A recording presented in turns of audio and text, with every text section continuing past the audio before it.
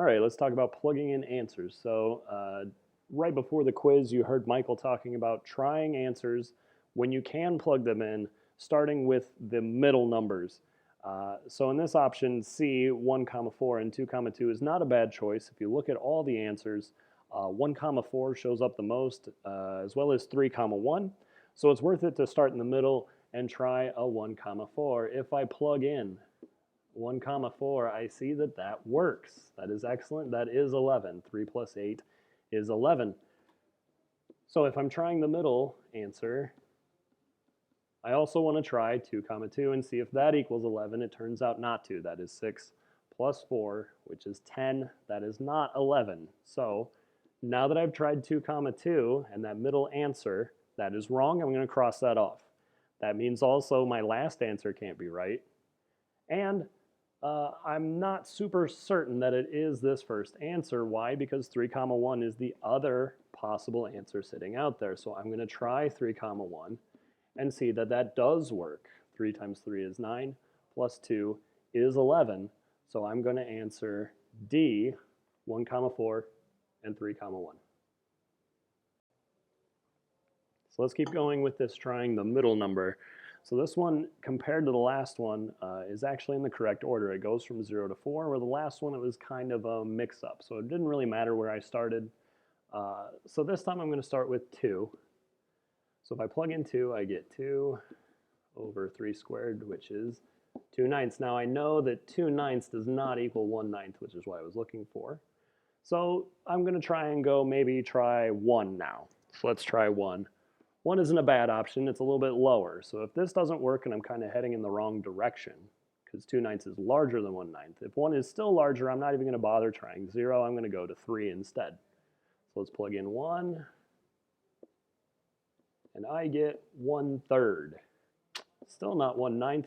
Not to mention 1/3 is larger than 2 ninths. 1/3 is 3 ninths.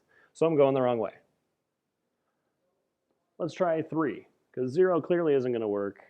If 1 didn't work, let's try 3. I plug that in, you get 3 over 3 cubed, which is 3 over 27. That reduces to 1 ninth, which equals 1 ninth. So I found my answer, and I knew I was heading the wrong way, because every time I tried a new number, I tried the middle first, try something smaller. It actually turned out to be further away from my answer. So then I skipped to the other side and try those answers. At this time, let's not just talk about plugging in answers, but let's talk about eliminating answers. So, reading the original question, which response describes the line y equals 5x plus 18? 5x is the part of the equation I want to look at because in my answers it says slope of blank, either 5 or 18. And we know because of y equals mx plus b, where m is the slope, 5 has to be my slope. So I'm going to get rid of the 2 18s.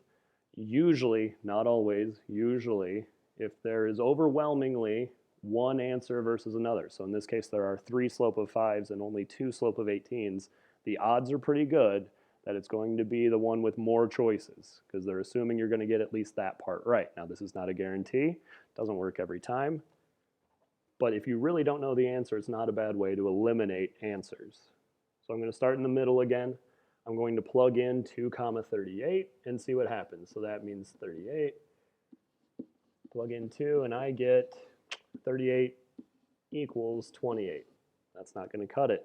However, knowing that plugging in 2 gives me 28, I'm almost sure this one is going to be my answer. 28 equals 5 times 2 plus 18 is 28. That is true.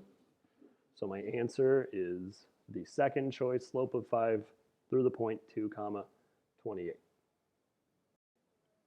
Question number 4. So question number 4 is actually not immediately obvious that we are using a plug-in method. So how do I know I'm trying to plug in? And this little statement right here, half of a number. Anytime they say a number, we might as well call that a variable or x. We don't know what that number is, and an unknown is a variable in general. So what I'm going to do is I'm going to start with my answer C. I'm going to take half of that number, and then I'm going to add 52 to it. So I'm going to take half of 130, which is 65, added to 52. I think I came up a little high here, 117. So I tried 130, it did not work out, but I noticed I overshot my goal, so I'm going to drop to 120. Half of 120, I'll do that a little quicker, is 60 plus 52. I know that that can't be 107. Looks like it would be 112. So that's no good. So I go to my final option. Now I'm going to go ahead and say it is this one already. I'm heading in the right direction. So I almost don't have to do the question, but I'm going to anyway just to confirm I've got time, let's say.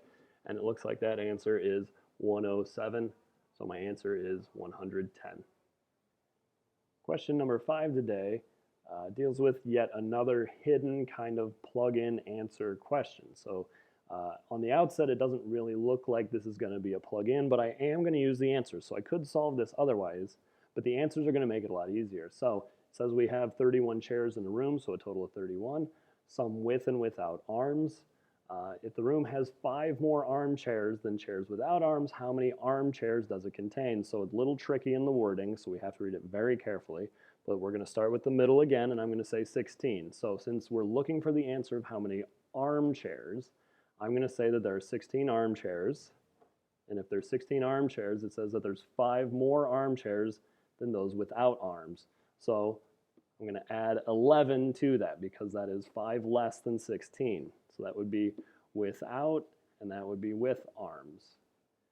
Since I add that up and get 27, I know I'm not exactly correct. I need more chairs. So I'm not going to go to 13 after that. I'm going to go to 18.